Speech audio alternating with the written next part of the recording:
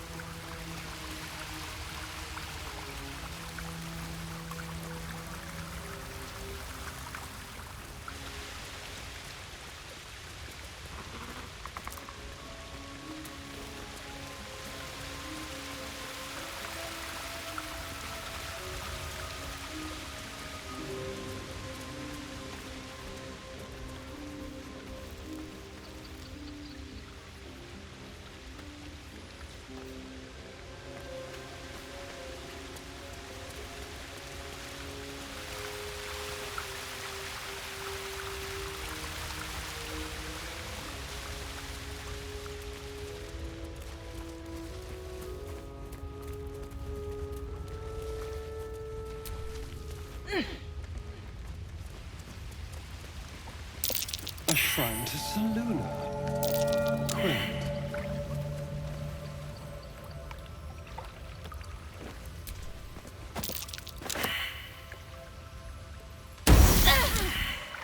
This thing won't yield its Feel that? contents easily. Magic. A spell sealed that chest tight.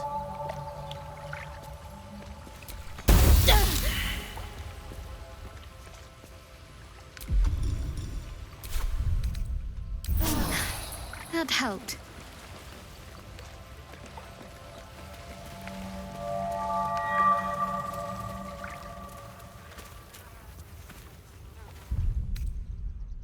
You feel the quake of its heavy footsteps before you see it. An owlbear, its beaked face looming out of the darkness.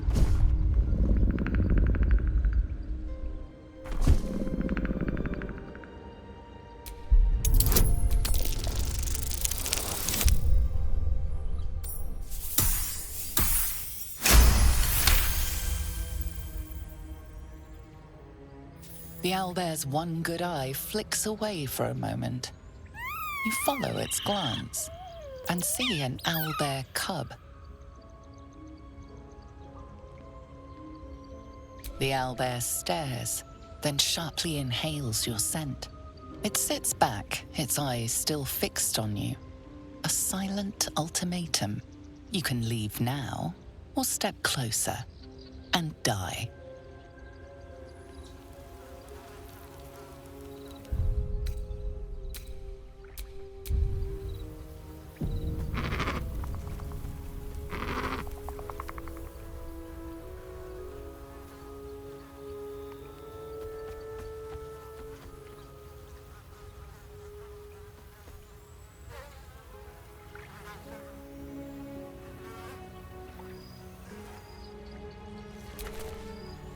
May the darkness protect you.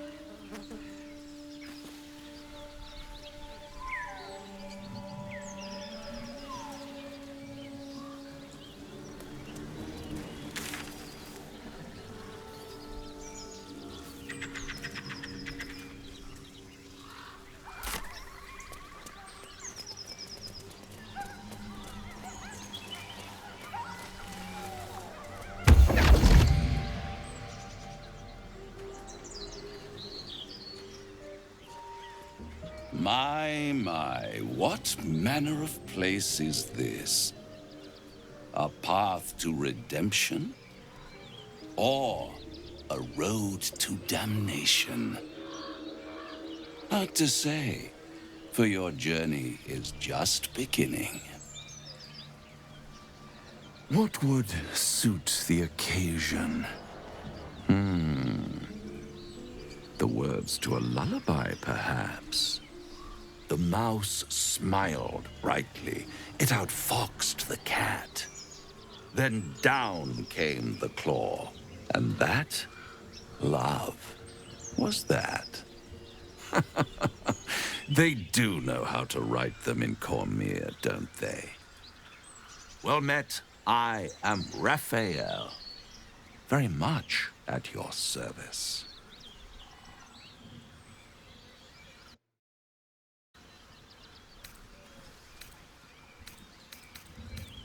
Charmed, I'm sure, in more ways than one. We should have a chat, you and I, but not here. This quaint little scene is decidedly too middle of nowhere for my tastes. Come.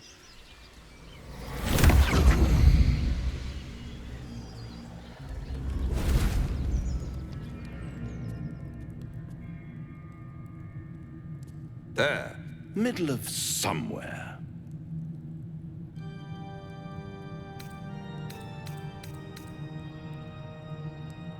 The House of Hope, where the tired come to rest and the famished come to feed lavishly.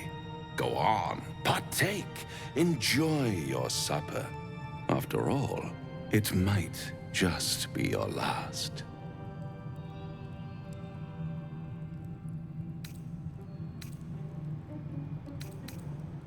Call it a ninth sense.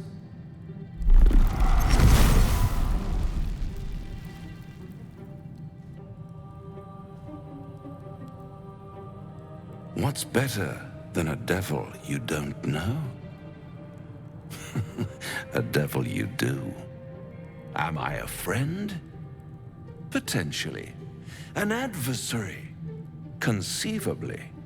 But a savior? That's for certain.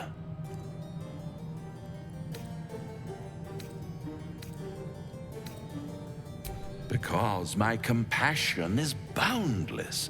I stride among the needy, giving comfort where I can. And you're in dire need. One skull, two tenants, and no solution in sight. I could fix it all, like that.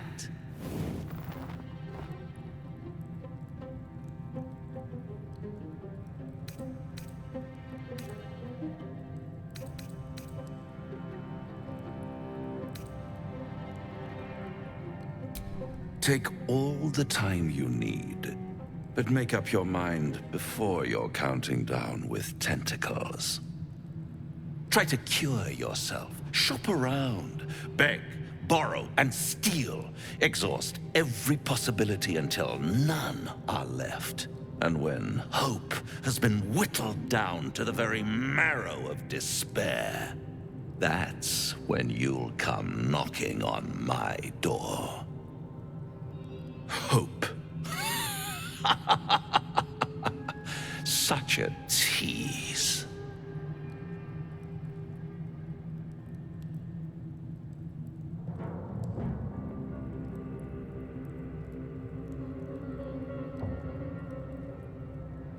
I'll be around, watching you squirm like a tadpole through a nice, juicy brain.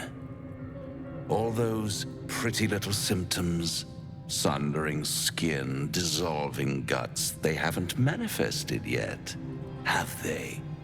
One might say you're a paragon of luck.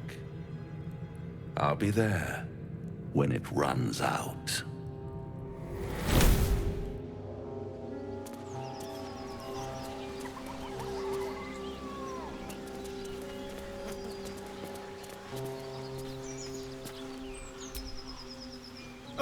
Now there's a bloody devil trailing after us. Well, this gets better and better. Shop around, he said. He seems sure we won't find anything. And he might be right. We've had no luck so far.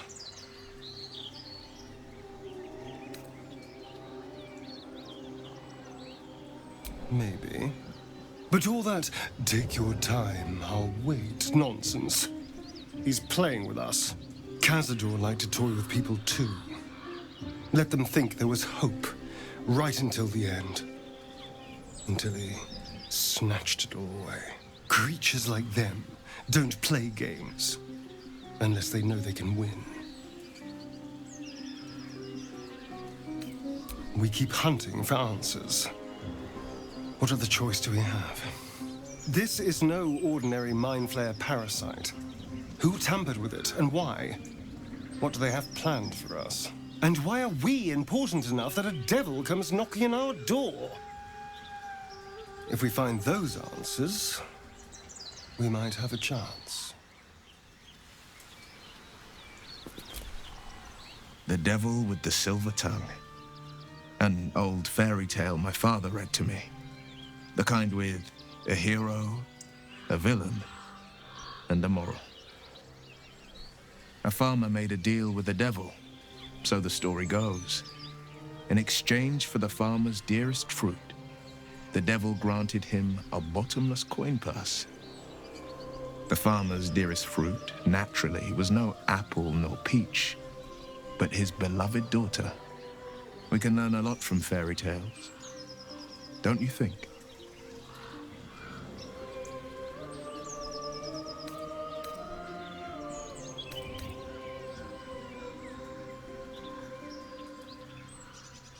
Refuse him no matter how tempting the offer, no matter how delicious the feast he lays out for you.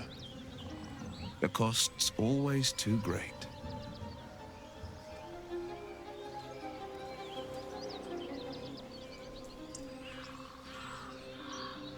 That's because you still have hope. But when he becomes your last hope, remember this. He'll require of you only what you're least ready to part with. And then require more still. You might think you'd give up anything for a cure, but the devil won't take just anything. He'll take everything. Bloody hells. Literally. Just when I think I've got a grasp on our dilemma, a devil shows up. No matter. We've dealt with every other oddity thrown at us lately. We can handle this one too. Now, as for this Raphael, he knows our secret. He claims he can help. What do you make of him?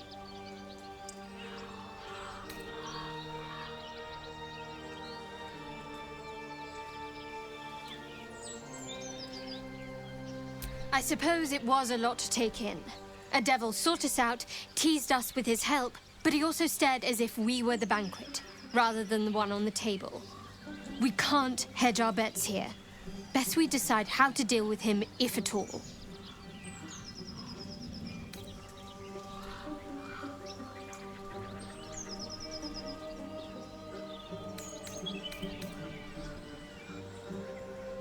You know, failing to make a decision is the same as making a decision. Except you decide blindly.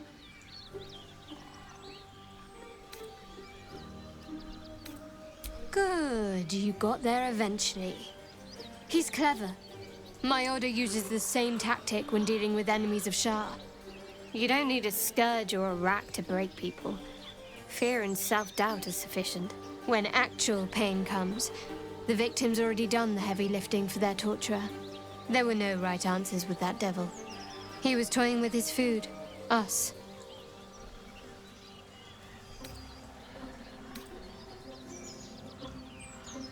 Aren't you glad that I am? It's an effective trick. Watch out for it. And for Raphael.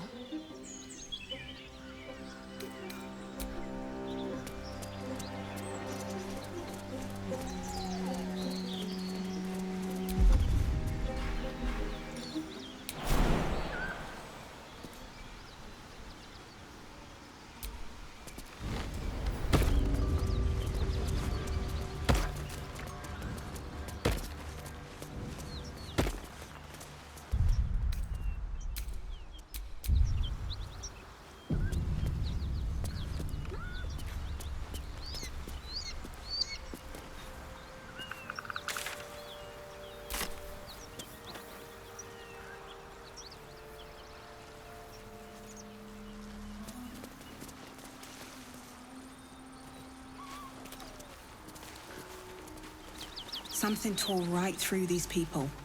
They didn't stand a chance. The beast reeks of brimstone and offal. Every breath is thick with blood. You hear what comes next before you see it. The sharp snapping of bones and a yelp of pain as her body starts to twist and undulate. You watch with cold realization. This isn't the end of one life, but the start of another. Gnolls, vicious, monstrous humanoids, can spawn from the corpses of dying hyenas.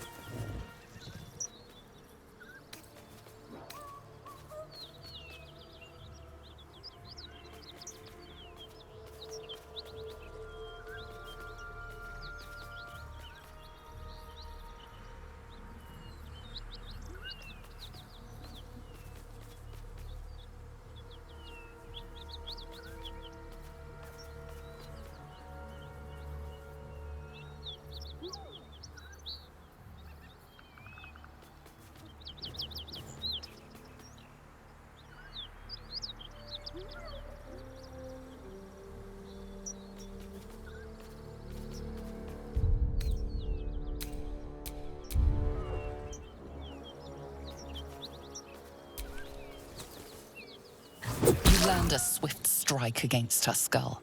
She yelps, then goes still. As the life fades from her eyes, the gnoll within her dies too, stillborn.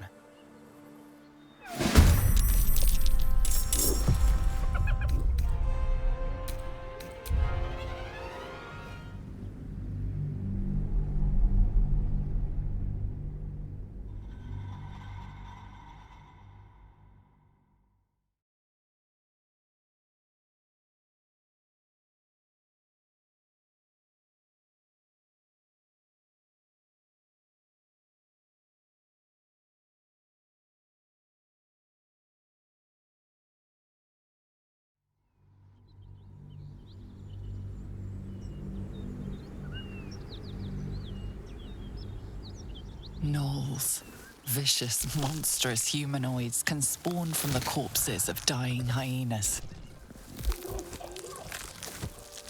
Her belly splits like a rotten fruit, birthing a frenzy of claws and fangs.